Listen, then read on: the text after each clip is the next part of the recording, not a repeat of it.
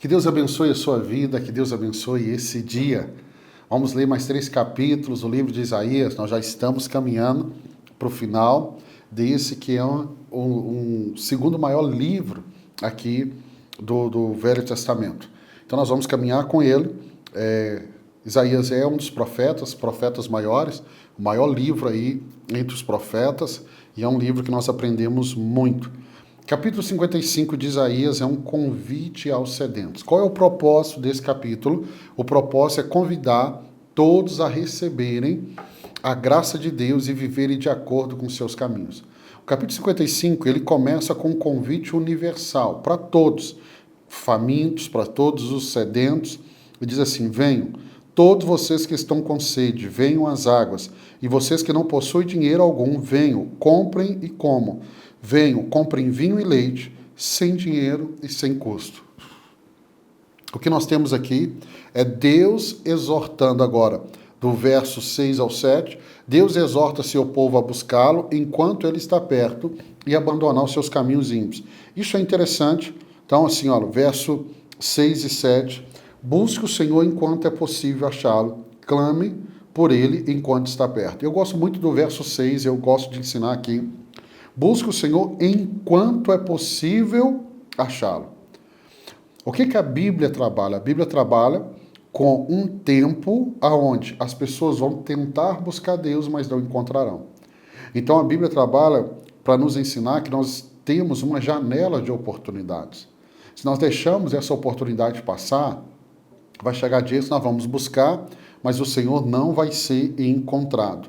Então o tempo qual que é o tempo, pastor? Qual que é o momento? A Bíblia trabalha, dizendo que o tempo é hoje. Diz assim: se hoje ouvides a voz do Senhor teu Deus, não endureça o seu coração.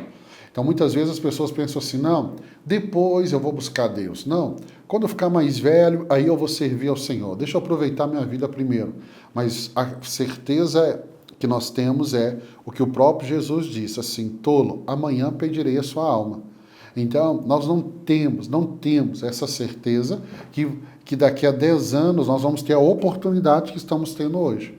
Por que eu sempre termino esse momento aqui dizendo: se Deus permitir, nós estaremos juntos amanhã? Porque eu não tenho essa convicção, essa certeza. Eu vou dormir hoje e eu não sei se eu acordarei. Então, quando eu acordo, eu tenho que ter gratidão, porque muitos não acordaram no dia de hoje. Então, eu gosto muito de frisar, porque eu acho esse texto muito forte.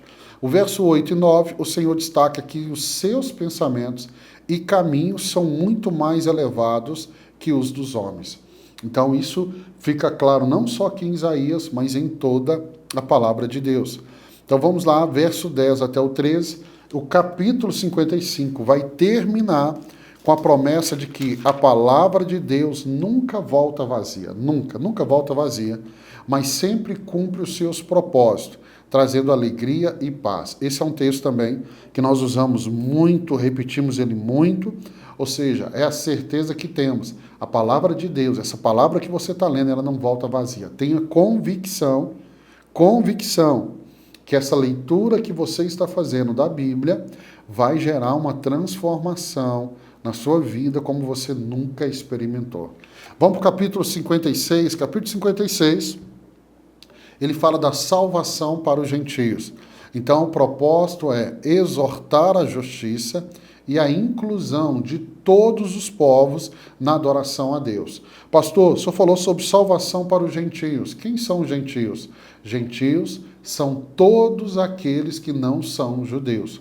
Ou seja, a salvação não é apenas para os judeus, mas é para todos aqueles que abriram o seu coração para Deus. O capítulo 56 começa com um chamado à justiça e retidão, pois a salvação de Deus está próximo de se manifestar.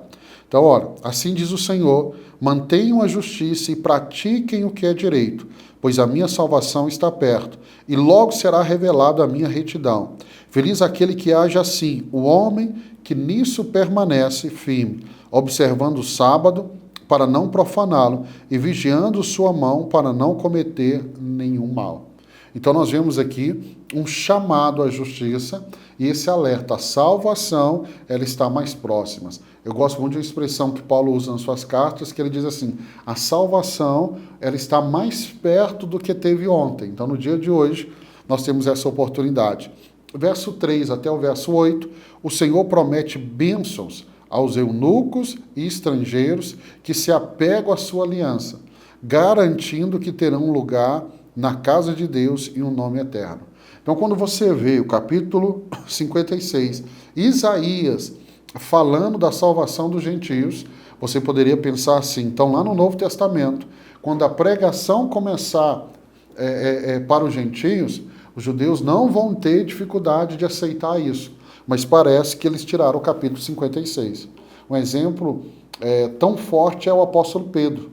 Deus vai ter que trabalhar de forma muito dura para que Pedro abrisse o coração para os gentios. É verdade que o chamado de Pedro era para os judeus e o chamado do apóstolo Paulo era para os gentios.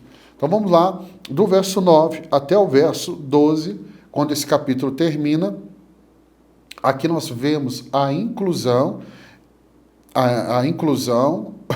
que é uma antecipação do reino de Deus, onde todos os povos são bem-vindos. Realidade é essa que nós já vamos ver lá no livro de Apocalipse, né?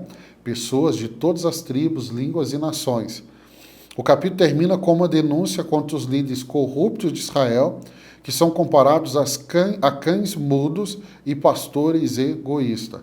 Interessante que no Novo Testamento, a Bíblia também usa essa expressão de cão para um líder que não cumpre a sua vocação com a igreja, com o corpo de Cristo, né?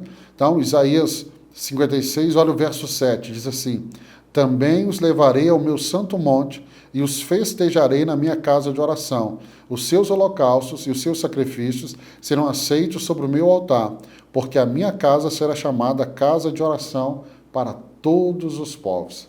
Então, essa promessa ela é muito forte, né? E aí, vamos ver Atos capítulo 10, verso 34 e 35, aonde Pedro vai declarar que Deus não faz acepção de pessoas, mas aceita aqueles que o temem e fazem o que é justo. É o momento que Deus começa a trabalhar, como eu disse, muito forte ao coração de Pedro, mostrando que Deus não faz acepção de pessoas. Capítulo 57, o propósito do capítulo 57 é denunciar a idolatria de Israel e exortar ao arrependimento. E isso vem acompanhado de uma promessa de restauração para os contritos de coração. Como começa o capítulo 57? Ele começa lamentando a morte dos justos e a indiferença do povo que continua em seus caminhos de idolatria e apostasia. Olha, o justo perece e ninguém pondera isso em seu coração. Homens piedosos são tirados e ninguém entende que os justos são tirados para serem poupados do mal. Aqueles que andam retamente entrarão na paz, acharão descanso na morte.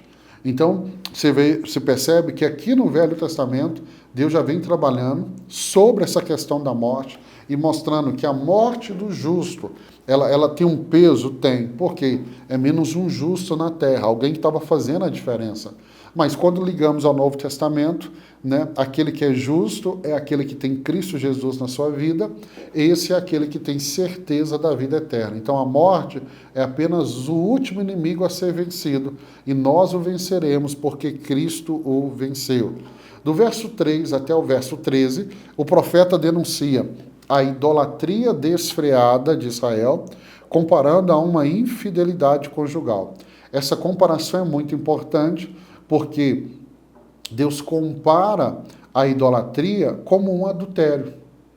E como Deus abomina o adultério, Deus também abomina uma atitude como essa, né? E aí, aqui até o verso 13, além de Deus comparar a infidelidade da nação de Israel com a infidelidade conjugal, ele anuncia o julgamento que virá por causa disso.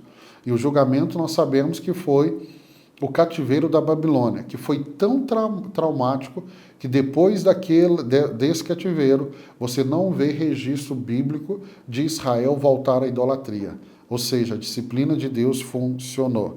Do verso até o verso 19, agora, principalmente o verso 15 a 19, nós vemos Deus que promete promete que ele habita com o contrito e humilde de coração, algo que o salmista já havia nos ensinado. Você vai lembrar. E que ele trará cura e restauração aos que se arrependem. Então, não importa quão terrível foi o nosso pecado, se houver arrependimento genuíno, confissão do pecado, se deixarmos o pecado, ele é fiel e justo para nos perdoar o pecado. E aí, o capítulo ele vai terminar com uma advertência contra os ímpios, que não terão paz. Olha aqui o verso de número 21, e eu preciso ler com você, verso 21. Para os ímpios não há paz, diz o meu Deus. Então, se para o ímpio não há paz, para o justo, para aquele que ama a Deus, teme a Deus, serve a Deus, nós temos uma promessa de paz. Porque um dos nomes que é dado a Jesus é Príncipe da Paz. O próprio Jesus diz, a minha paz eu te dou. Então, existe uma paz que só vem de Deus. Paulo diz que é uma paz que excede o entendimento, a compreensão. Então, eu e você que servimos a Deus, nós podemos estar no pior momento da nossa vida. Deus sempre vai trazer paz ao nosso coração. Quando Jesus morre na cruz do Calvário e é sepultado, e aí a gente vê que no terceiro dia Jesus ressuscita, e quando ele vai na casa onde os discípulos estão, a primeira coisa que Jesus faz é ministrar paz. Ele diz, paz sejam convosco. Então tenha certeza que essa paz é o que Deus tem para a minha vida e para a sua vida. Quero te abençoar. Terminamos mais 3 capítulos pela graça de Deus. E amanhã, se Deus permitir, nós estaremos juntos aqui para a leitura de mais 3 capítulos da Bíblia. Deus te abençoe.